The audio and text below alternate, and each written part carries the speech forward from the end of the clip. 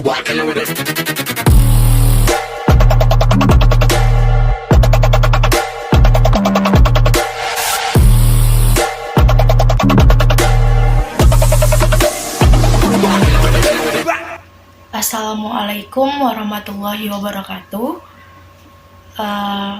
Pada kesempatan kali ini saya akan sedikit membahas mengenai pelanggaran konstitusi. Nah, pelanggaran konstitusi itu merupakan salah satu bentuk pelanggaran terhadap konstitusi yang merupakan dasar hukum tertinggi di negeri ini. Jadi, konstitusi itu merupakan bentuk dasar negara yang menjadi dasar dalam setiap pengambilan keputusan. Jadi, setiap pengambilan keputusan atau kebijakan yang dirumuskan oleh pemerintah itu tidak boleh bertentangan dengan konstitusi. Sebab secara nyata bahwa konstitusi itu menjadi bagian terpenting dalam sejarah lahirnya bangsa ini. Berikut adalah contoh cuplikan pelanggaran konstitusi. Dua mantan menteri di Kabinet Indonesia Maju, yakni ex-menteri Kelautan dan Perikanan Edi Prabowo dan mantan menteri Sosial Juliari Peter Batubara disebut layak dituntut dengan ancaman hukuman mati. Hal ini disampaikan oleh Wakil Menteri Hukum dan HAM Edward Omar Syarif Hiyarij dalam seminar nasional telaah kritis terhadap arah pembentukan dan penegakan hukum di masa pandemi yang ditayangkan secara daring di akun YouTube Kanal Pengetahuan FH-UGM pada Selasa 16 Februari 2021. Kedua mantan menteri ini melakukan perbuatan korupsi, kemudian kena OTT KPK. Bagi saya mereka layak dituntut dengan pasal 2 ayat 2 Undang-Undang Pemberantasan Tindak Pidana Korupsi, yang mana pemberatannya sampai pada pidana mati. Dan itu harus juga ada pembuktian ketika kemudian hasil akhirnya adalah tuntutan pidana mati.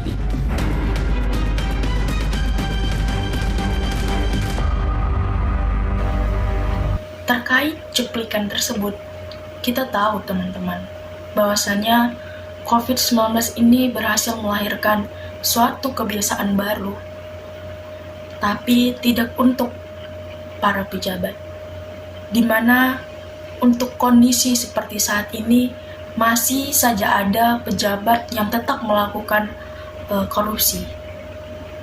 Di mana kita tahu teman-teman bahwasanya landasan dasar untuk mengelola negara adalah bersih dan tidak menyimpang serta menyeleweng. Sekarang ini masih terjadi korupsi karena kurangnya pemahaman terhadap konstitusi, di mana konstitusi itu didasari oleh Pancasila yang mengandung nilai-nilai hakiki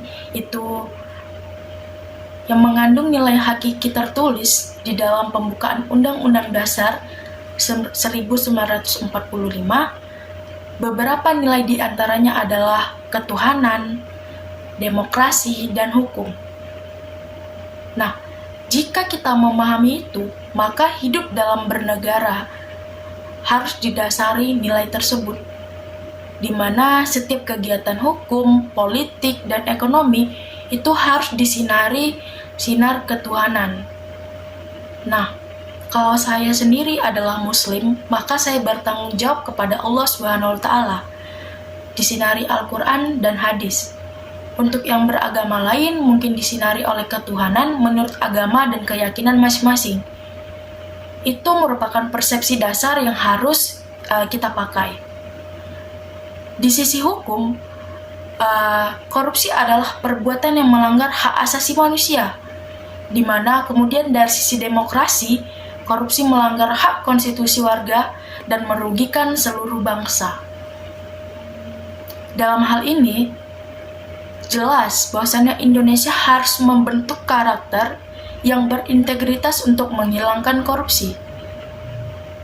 Seperti yang dikatakan oleh Presiden pertama kita, yaitu Bapak Soekarno, beliau mengatakan Indonesia itu harus membangun karakter terlebih dahulu, kemudian membangun dan mengelola sumber daya alam.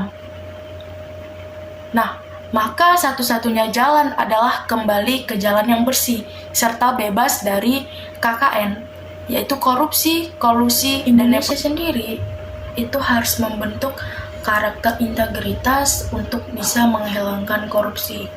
Selain itu, juga etika diperlukan saat kita